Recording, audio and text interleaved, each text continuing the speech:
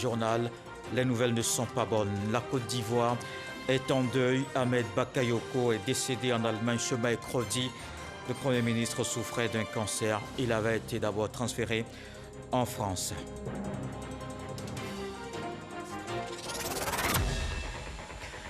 Elle vient de nous tomber dessus, la mauvaise nouvelle. La Côte d'Ivoire perd l'un de ses fils. Le Premier ministre Ahmed Bakayoko n'est plus. Je vous propose d'écouter le communiqué lu par le directeur de cabinet du président de la République, le ministre Fidel Sarasoro.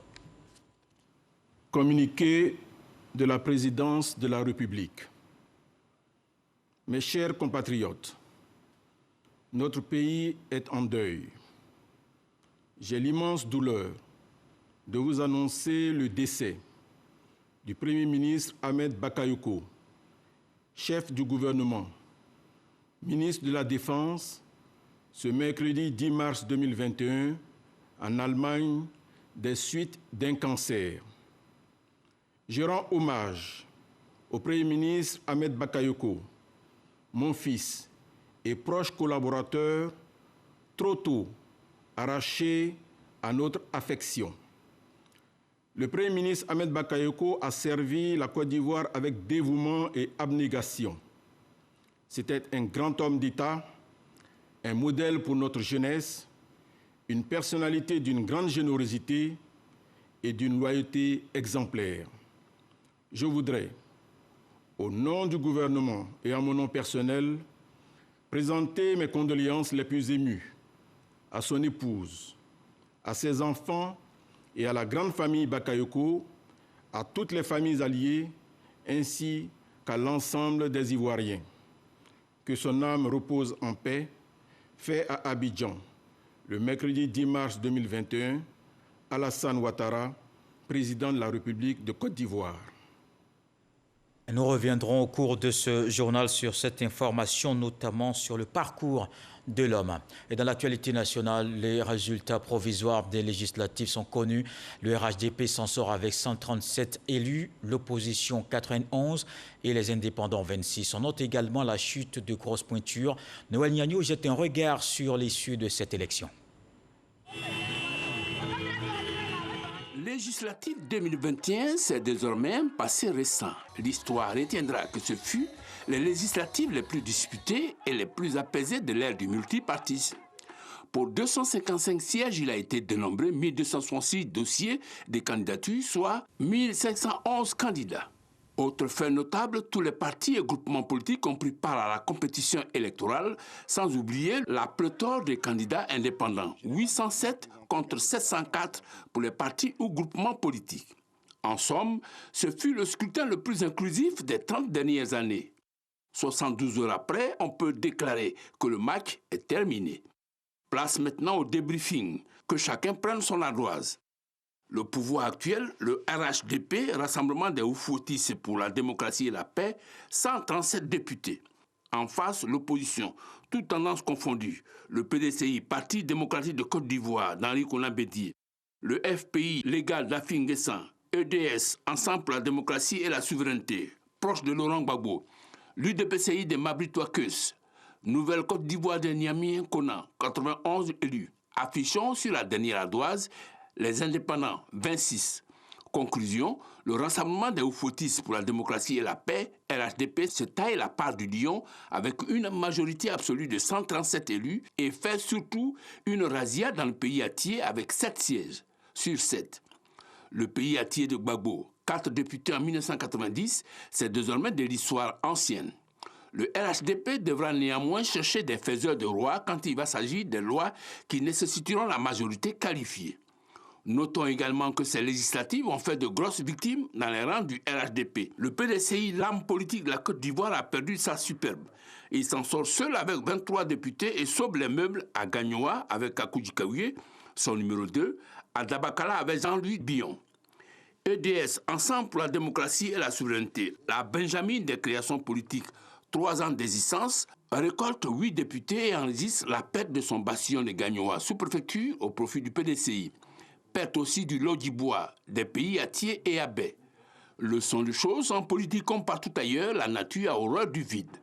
Notons aussi que Le EDS reprend pied à l'ouest, précisément à Bangolo et à Yiglo, et fait mieux que le FPI, 2 députés. L'alliance conjoncturelle de ces deux forces, EDS-PDCI, s'en sort avec 50 députés. Autre fait à signaler, le parti arc-en-ciel de Mabry Touakeus, 8, soit donc un total de 91 députés pour l'opposition. Les indépendants, 26. Quand on sait qu'il faut 8 députés pour constituer un groupe parlementaire, on est en droit de dire qu'au moins 3 groupes parlementaires sont en vue. Bilan de fin de parcours, le RHDP peut se la couler douce avec ses 137 élus, soit la majorité absolue. Que vont faire les 26 indépendants élus? Attendons de voir, parce qu'en politique, on ne dit jamais, jamais. Et nous sommes tentés de dire plus jamais de ce genre de mauvaises nouvelles. Le Premier ministre n'est plus. Ahmed Bakayoko, chef du gouvernement, est décédé. Retour sur le parcours de l'homme avec Alexis Ouedraogo. Il avait 56 ans.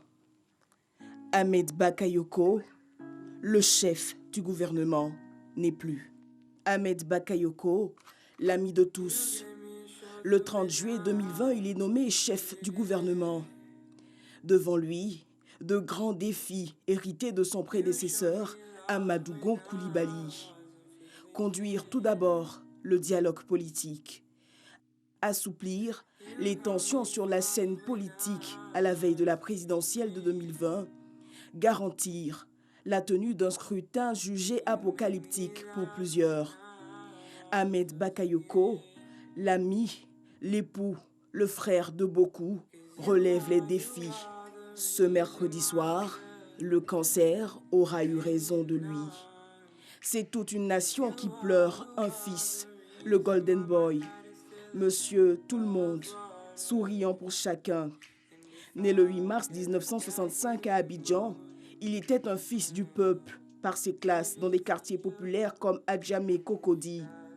À 25 ans, homme de plume, il fut directeur de publication du quotidien Le Patriote, puis patron de la radio Nostalgie. Sa vie d'homme politique, il l'a bâtie au RDR, aux côtés du chef de l'État Alassane Ouattara.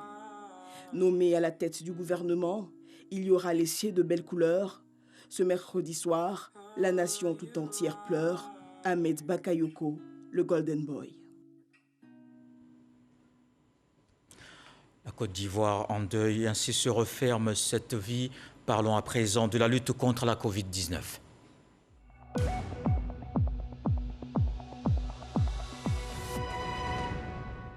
La Côte d'Ivoire accélère la lutte contre cette pandémie. Le pays a entamé depuis le 1er mars une campagne de vaccination des doses de vaccins de l'initiative COVAX administrée aux enseignants, aux forces de l'ordre et personnels soignants. Ces différents corps constituaient les premières cibles. Depuis le 8 mars, la deuxième phase est lancée, rajoutant les personnes âgées de plus de 50 ans et celles porteuses de pathologies chroniques. Nous avons visité des centres de vaccination pour faire le constat. C'est un reportage de Laure Goretti, Michel Digré. Nous sommes au centre de vaccination de la Covid-19 au parc des sports de Trècheville. Monsieur Diomandé et son épouse viennent de se faire vacciner.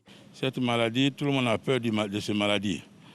On ne sait pas comment se soigner avec. Donc, s'il y a un centre de soins, tout le monde doit se rendre là-bas pour aller se soigner.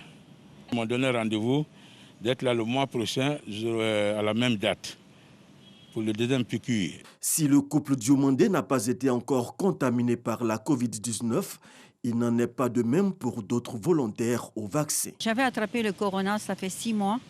Et quand on m'a dit que le vaccin est venu, j'ai préféré venir me vacciner pour ne pas avoir des problèmes, parce que vraiment, je ne suis pas petite, j'ai dans les 64 ans. Et j'ai dit à mes parents, tout le monde, de venir de se faire vacciner pour être plus à l'aise. Moi, j'étais malade avant 6 mois. Et 1 mois, j'étais dans l'hôpital. Et j'ai eu une deuxième vie. Mais maintenant, à cause des vaccins, je pense que ça va aller. C'est bien qu'on a les vaccins à Côte d'Ivoire. Et ça donne beaucoup de courage. Et beaucoup de courage à tout le monde pour venir pour faire les vaccins aussi.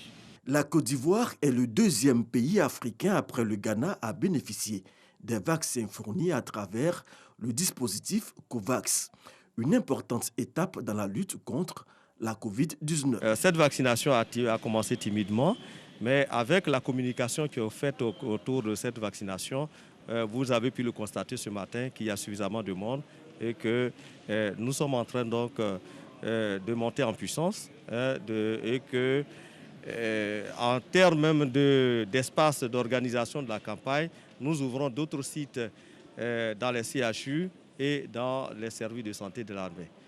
Donc le nombre de personnes vaccinées augmente de plus en plus. La vaccination contre la Covid est gratuite et s'injecte sans douleur et sans effet secondaire, mais crée encore la psychose au sein des populations. J'ai constaté qu'il y a une psychose.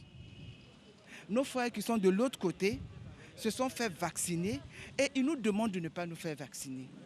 Et c'est cette peur au ventre qui a fait que je suis venu. En fait, c'est la curiosité qui m'a amené. Et puis avec le fait que certaines personnes sont sorties, d'autres qui ont été vaccinées avant nous, qui ont accompagné d'autres personnes, ont dit qu'il n'y avait pas d'effet secondaire. Pour rassurer les uns et les autres, les autorités gouvernementales entendent aussi se soumettre à l'épreuve de la seringue. Nous sommes venus ce matin pour venir nous faire vacciner avec madame, pour montrer aux Ivoiriens qu'il n'y a pas de problème et qu'ils peuvent venir tranquillement. Ce sont des vaccins qui sont gratuits. La première phase de vaccination concernait les forces de défense et de sécurité, les enseignants et le personnel de santé, comme ici au CHU de Treichville. Quand vous venez, vous asseyez. On vérifie que vous êtes personnel du CHU, que vous en avez droit ou alors vous avez plus de 50 ans. Ensuite, on passe à l'enregistrement à la fiche de vaccination. Vous passez où vous vaccinez, vous vous reposez pendant 15 minutes. C'est le temps d'observation. Depuis ce lundi, les personnes âgées de plus de 50 ans et celles porteuses de pathologies chroniques sont aussi concernées. On prend le temps de vous indiquer qu'avant de venir vous faire vacciner, vous devrez manger. Voilà, les personnes qui sont en traitement ne sont pas concernées. Les personnes qui allaitent ou les femmes enceintes ne sont pas concernées. Les personnes de moins de 18 ans ne sont pas concernées. En plus du centre des parcs des sports, d'autres sites sont désormais ouverts depuis ce 8 mars, à savoir l'Institut d'hygiène publique de Treichville et ses antennes d'Abobo, Yopougon et Port-Boué, les CHU d'Angré, de Cocody et de Yopougon. Ces centres sont ouverts du lundi au vendredi de 8h à 15h et samedi de 8h à 13h. Et ajoutons que le ministère de la Santé a enregistré aujourd'hui 551 nouveaux cas de Covid-19 sur 3092 échantillons prélevés, soit 17,8% de cas positifs, 84 guéris et 0 décès. Le vaccin développé par l'Inde a enfin validé. Une étude publiée dans la revue scientifique de Lancet lève enfin les doutes sur la sûreté de ce vaccin. Appelé Covaxin, il avait fait l'objet de polémiques dans le pays car New Delhi a autorisé son utilisation sur la population en janvier alors que les essais cliniques n'étaient pas terminés. Cette validation scientifique est donc la bienvenue pour les autorités du pays. Et les autorités en Côte d'Ivoire continuent de promouvoir l'insertion de la jeunesse. Des opérations ciblent toutes les zones du pays. Dans la commune d'Abobo, 500 jeunes ont reçu des chèques, des montants pour les aider à accroître ou initier des activités génératrices de revenus. Lancine Ouattara. Ils sont au nombre de 500, ces jeunes de la commune d'Abobo qui viennent d'être financés à hauteur de 225 millions de francs CFA dans le cadre de la phase 3 du programme Agir pour les jeunes du ministère de la promotion de la jeunesse et de l'emploi des jeunes. Un soutien qui va leur permettre de réaliser des projets ou renforcer leurs activités. Pour la commune d'Abobo, ce sont 6 627 bénéficiaires, jeunes et moins jeunes, qui ont bénéficié de financement du gouvernement de Côte d'Ivoire pour un montant total de 2 milliards 150 millions et 186 000 francs CFA pour ces dernières années. Kandia Camara, ministre de l'Éducation nationale, a salué toutes les actions du ministère de la promotion de la jeunesse et de l'emploi des jeunes et invité ces derniers à entreprendre avec sérieux et abnégation. C'est une chose inouïe qui est la vôtre. Il vous appartient de la saisir et de mériter la confiance de la nation. Vous avez désormais l'occasion de montrer ce que vous savez faire. Soyez attentifs persévérant et endurant. Les bénéficiaires du jour ont présenté des projets à potentiel de création de richesses et d'emplois pour bénéficier de ce soutien. Je remercie beaucoup l'Agence Emploi Jeune pour tous ces efforts pour nous, la jeunesse. Tous mes collègues aussi qui ont reçu, j'aimerais qu'ils font de bons usages à ce qu'ils ont eu. La phase 3 du programme Agir pour les jeunes a pour objectif de favoriser l'insertion professionnelle des jeunes à travers la création d'activités génératrices de revenus et vise cette année le financement de projets de 100 000 jeunes en Côte d'Ivoire. Et si on empruntait la route pour le nord du pays? Après un peu plus de 470 km d'Abidjan, la nationale A3 nous emmène à un carrefour. Vous avez certainement entendu parler du Kanawolo, un axe international. Si vous allez à Ferké ou Korogo, la localité est très bien connue pour la vente d'igname par de braves femmes. À partir de leurs économies, elles prennent en charge leur famille contre soleil et pluie. Elles se battent pour écouler leurs produits. Kanawolo, la vente d'igname, un business porteur. C'est un projet de Bintou Pekele Giltonien. Kanawolo, village situé dans le département de Niakara, région du Yombol dans le nord du pays. Pauline Touré se rend à son chantier sur sa moto, fruit de son commerce d'igname.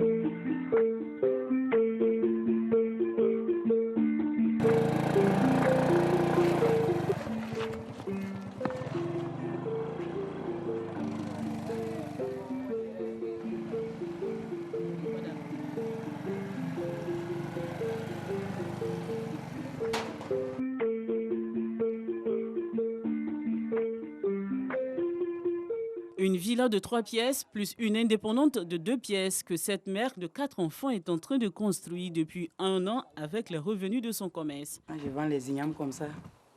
Je vends nous les femmes. On fait tontine. Et puis notre maman Dominique, elle a fait des fonds FAPSI pour aider les femmes. Donc on s'en prend. Donc je viens vendre un peu. Quand je gagne un peu, là je viens mettre. Maintenant, quand j'ai fini, bon, c'est les portes du chalet, je suis venu déposer. Le plafond aussi, j'ai donné un peu d'argent. En tout cas, ce métier pour vendre l'igname là, en tout cas, c'est Corona même qui a gâté tout. Sinon, ça allait un peu. La journée, tu peux avoir peut-être 40 000, 30 000. En tout cas, ce que tu veux, tu gagnes. Mais actuellement, là, Corona, là, rien ne rentre. Dans la journée, tu peux avoir 2 000 ou 1 000 francs comme ça. Bon, on a des enfants qui vont à l'école. Donc, quand c'est comme ça, là, donc c'est compliqué. C'est ce qui a fait que le travail même, depuis, s'est arrêté. La crise sanitaire de Covid-19 a stoppé les travaux de construction de sa villa pour baisse du chiffre d'affaires, mais pas la volonté de Pauline.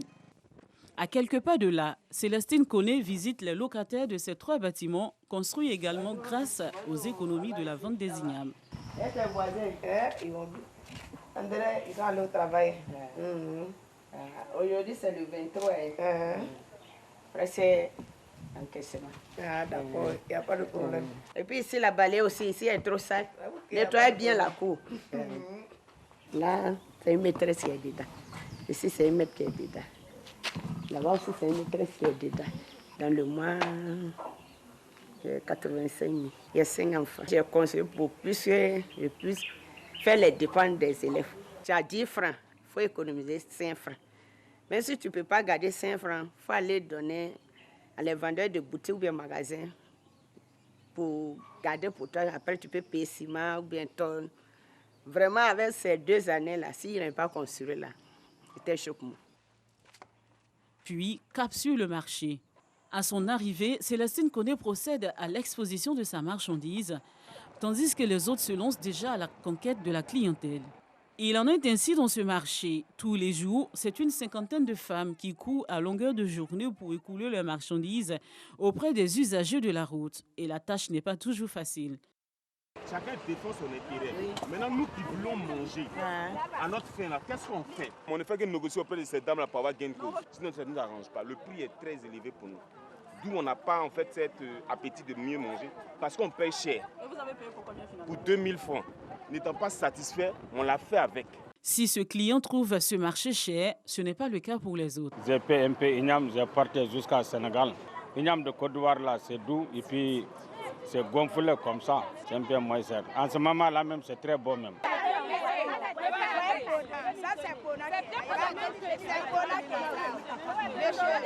Ça, 5 000 francs. Bon, apparemment, c'est bon. Hein. Je pense bien que ça vaut le coup. Hein. Ici, c'est nettement mieux par rapport à Abidjan. Voilà, la qualité est de mise. Vraiment, ça va. C'est de la bonne marque de Ignam, quoi. Les vendeuses d'Ignam au carrefour de Kanawolo sur l'axe Niakara-Korogo sont approvisionnées par les paysans du dit village et par de gros vendeurs qui viennent d'ailleurs. C'est les Ignam que nous vendons. On vient très parfois voir les dames de Kanawolo et puis bon, quand ça finit, on se retourne à Korogo. Quand ça marche, on peut venir ici 3 fois et quand ça ne marche pas, 2 fois. À défaut d'un grand capital pour se lancer dans un commerce plus lucratif, Clarisse opte pour le commerce d'Ignam-Boui, connu sous l'appellation de Kouberiki. Je suis venue acheter Ignam 1000 francs. Ça dépend. Si il y a ça bon, pour 1000 francs, mon bénéfice est 1000 francs aussi. Ça fait 2000. Quand c'est cuit, j'enlève et puis je vends. Ça accompagne un piment en poudre. Dans la journée, je vends 2 marmites comme ça. Mais les jours, ça marche bien. Je peux vendre 3. Parfois, je peux gagner dans une seule marmite 10 000 ou bien 8 000, ça dépend. L'igname reste la principale culture en pays taguanan. Plantée en début d'année, les premières ignames sont récoltées dans le mois d'août après 8 mois de dur labeur. Les plus petites sont à nouveau plantées, alors que les moyennes et les plus grosses sont consommées ou revendues aux commerçantes. Celles-ci doivent à leur tour courir le plus vite possible pour les écouler afin d'éviter les avaries. La vente d'igname reste un business porteur pour les femmes de Kanawolo. Kanawolo, la vente d'igname, un business porteur. C'était un reportage de Bintou Pekele et Gilles Tonien. Le ministère de la Femme, la Famille et de l'Enfant également continue ses actions sociales et l'œuvre du matériel aux personnes en situation de handicap. Une opération est effectuée à Dimbokro. Ces dons visent à faciliter leur autonomie et insertion sans trop de difficultés dans la vie socio-économique. Didier Nguessan. 15 fauteuils roulants, 45 cannes anglaises, 29 béquilles, 10 cannes blanches et 5 cannes ordinaires. Ces équipements d'aide à la mobilité permettront de faciliter la réadaptation des personnes en situation de handicap afin de leur assurer plus d'autonomie et de pouvoir s'insérer dans le tissu socio-économique. Il est né handicapé. On voulait aller faire son pied. On nous a demandé 1 500 000 pour ses 2 pieds. Donc je demande aux autorités et aux ministres de nous aider. Handicap n'est pas une fin en soi, c'est juste un changement de parcours qui doit permettre à chacun de se rendre compte qu'il peut-être qu'il n'a plus les capacités comme les autres, mais il a encore des capacités. C'est comment utiliser ces capacités restantes pour continuer la vie, pour gravir l'échelon et se faire une place dans la vie. Ce don du ministère de la Femme, de la Famille et de l'Enfant est la matérialisation de l'action sociale du gouvernement à Dimbokro. La ministre Liramata Bakayoko rappelle quelques initiatives en faveur des personnes en situation de handicap. C'est une action qui s'inscrit parfaitement dans la vision et les actions du président de la République, son Excellence M. Alassane Ouattara, qui fait de la protection et de la promotion des personnes en situation de handicap une priorité. C'est ainsi qu'au niveau du ministère de l'Emploi et de la Protection sociale, vous avez aujourd'hui plus de 1500 personnes en situation de handicap qui ont été intégrées à la fonction publique et ça continue, il y a eu 200 en 2020. Également, dans le cadre de la lutte contre la Covid, près de 5000 personnes en situation de handicap ont bénéficié donc du fonds de solidarité mis en place pour lutter contre les conséquences économiques et sociales de la Covid. Les bénéficiaires se sont engagés à apporter leur pierre à la construction de l'édifice commun, la nation ivoirienne. Après le signalons dans l'est du pays, le développement sous d'autres couleurs dans le Gontougo, à Pimandoum, localité à 15 km de Bondoukou, les infrastructures administratives et sanitaires locales rénovées. On le verra avec Mahama Traoré, c'est un appui au développement réalisé par les cadres de cette sous-préfecture.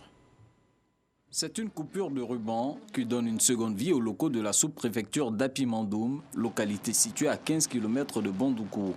Renaissance également pour la résidence du sous-préfet et le centre de santé urbain d'Apimandoum. Ces 3 infrastructures ont été réhabilitées grâce au forum des cadres d'Apimandoum. Vu l'urgence et la nécessité de cette situation, comme un seul homme, nous nous sommes mobilisés et nous y sommes arrivés. En adhérant à un tel projet et en vous accompagnant, Madame le sous-préfet, c'était pour nous l'opportunité de contribuer à l'amélioration des conditions de vie de nos parents. Le ministre de l'Intérieur, Vagondo Diomandé, et le ministre Kobenan Kwasi Adjoumani, cadre de la région, louent cette action de nature à consolider l'union et la cohésion des cadres d'Apimandoum. Les gens ont tendance à penser que c'est le gouvernement qui doit tout faire. Voilà une preuve patente de ce que des cadres, lorsqu'ils sont unis, peuvent faire mieux que même souvent l'administration. Donc je voudrais rendre hommage à tous les cadres, à tous les élus qui ont contribué à ce que ces bâtisses-là soient érigées dans notre localité à Apimandoum. La cohésion que vous montrez au monde entier, la solidarité que vous montrez au monde entier à travers cette union qui a abouti aujourd'hui à la réhabilitation de ces infrastructures. Cela mérite d'être salué. Vous devez faire envie et toutes les régions cherchent cette cohésion. Plutôt que nous amener à assister à des joutes verbales parfois ou des affrontements totalement inutiles qui ne permettent pas à nos régions d'avancer. Vous êtes un exemple. Soyez salués, chers amis et frères de ce village. Soulignons que la rénovation de la sous-préfecture, de la résidence du préfet et du centre de santé urbain est le fruit du plaidoyer mené par le sous-préfet d'Apimandoum, Kwa Ebi Ouattara, auprès des cadres de la dite localité. Revenons sur la principale information de ce soir. Ce choc qui secoue le pays, la Côte d'Ivoire perd l'un de ses fils.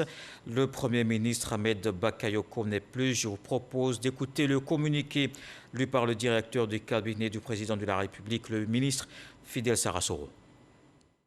Communiqué de la présidence de la République. Mes chers compatriotes, notre pays est en deuil. J'ai l'immense douleur de vous annoncer le décès du Premier ministre Ahmed Bakayoko, chef du gouvernement, ministre de la Défense, ce mercredi 10 mars 2021 en Allemagne des suites d'un cancer. Je rends hommage au Premier ministre Ahmed Bakayoko, mon fils et proche collaborateur, trop tôt arraché à notre affection. Le Premier ministre Ahmed Bakayoko a servi la Côte d'Ivoire avec dévouement et abnégation. C'était un grand homme d'État, un modèle pour notre jeunesse, une personnalité d'une grande générosité et d'une loyauté exemplaire. Je voudrais, au nom du gouvernement et en mon nom personnel, présenter mes condoléances les plus émues à son épouse, à ses enfants et à la grande famille Bakayoko, à toutes les familles alliées, ainsi qu'à l'ensemble des Ivoiriens. Que son âme repose en paix, fait à Abidjan, le mercredi 10 mars 2021, Alassane Ouattara, président de la République de Côte d'Ivoire. Voilà qui met un terme à ce journal. Merci de l'avoir suivi. Retour de l'actualité 23h avec Marine Cognan. C'est le sage qui nous apprend que le vent secoue les feuilles des arbres comme la mort secoue les hommes. Dieu le voulant, on se retrouve demain.